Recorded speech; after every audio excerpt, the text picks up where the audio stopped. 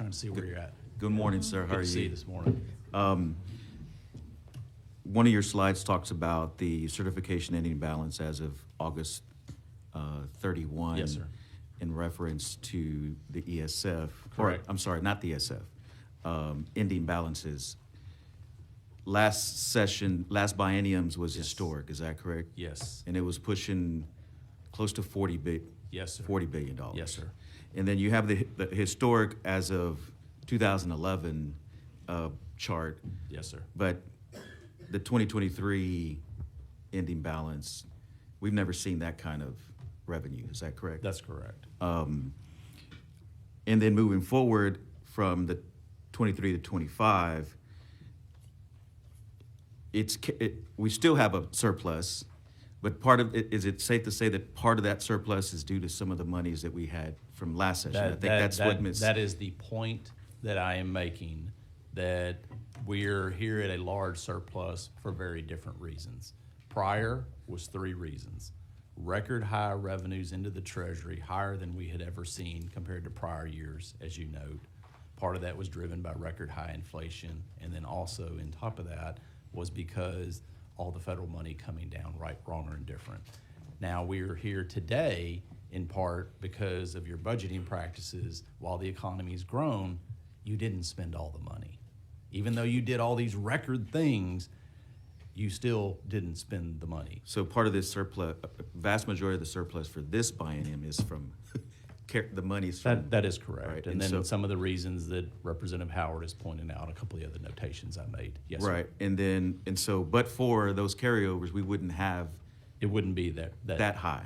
So the point is, I know I told you it was historical, it was unprecedented, it was a once in a lifetime 2 years ago. I'm trying to stress more than ever, it really is once. Don't expect to have these continued cash carryover balances. Because we never had them before. That's right. And then you mentioned the federal funds, because that was a huge component of it. Enormous. And we had several tranches of dollars That's right. from That's right. 2 administrations. That's right. that sent dollars down. Have we exhausted all those federal dollars already? Or If I understand correct, they should be all exhausted by the end of this biennium, and they have to be. That's right, Chairman, they have to be by this biennium. They're mostly depleted. Okay, so we're not here, or moving forward, we're not going to be relying on those federal dollars. No. Period, other than what we normally do on The normal, right, that's right. Okay. The Economic Stabilization Fund itself, we earn interest on those, That is correct. and then we, as a policy. On all but 10% that has to be cash or cash equivalent. Yes, sir. Okay. That was state statute that y'all changed Okay, previously. and I remember when we did that. Yes, sir. What is the interest earned on the ESF then? So there's on the what we call the TESTIF, I guess if I recall, and I'll have to look at staff to remind me, we've been averaging the last few years 4.8. Now, Okay. those are not like endowments, which we also have endowed dollars that we're Right. entrusted with, and those are more longer-term outlooks, which are trying to make a higher rate of return, where these are trying to maintain inflation plus, not the longer-reaching, higher returns. So the formula that, that we, and the next slides talk about the, I guess, I would say Which one are you on, Representative? I am on the Economic Stabilization Fund ending balance, the ESF ending balance, and the cap.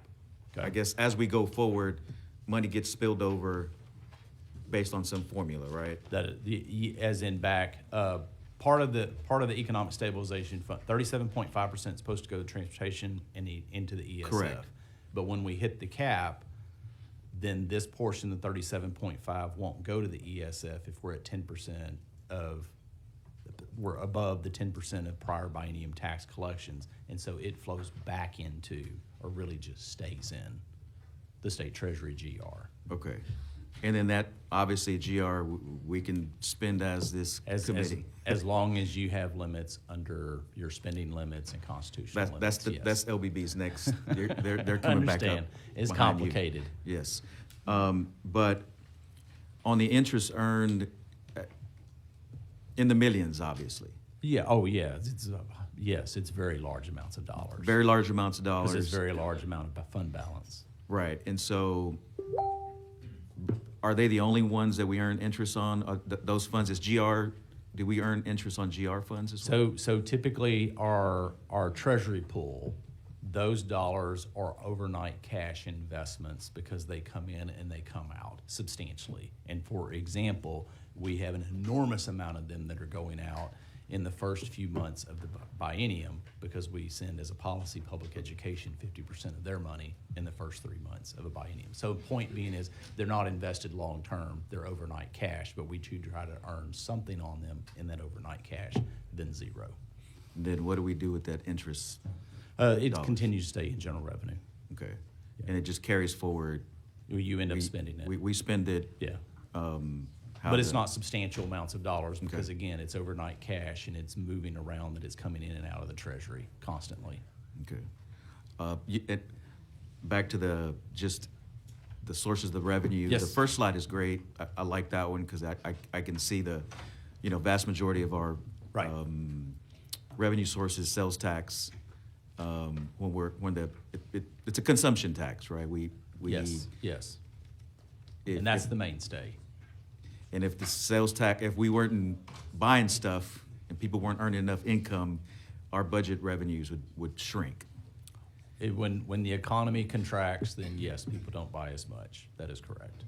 It's just simple. Yeah, it's not simple mathematics. Okay. And you don't anticipate that we would have another type of budget estimate like last session, No. ever? Where this massive cash Right. carryover. No, I do No. not. Yeah, okay. I've been around for a couple decades and just my crystal ball, which is pretty fuzzy, but I don't see that happening. Okay. Thank you, appreciate you. Yes, sir. All right, Representative Collier? Oh, no. Oh, sorry. Okay. I like that question. That was a good question, Representative. Thank you. All right, members, any other questions for the Comptroller Hager? Thank you, Mr. Chairman, members. Thank you. Yep. Oh, you got, yes, sir. Representative Harrison. Go ahead.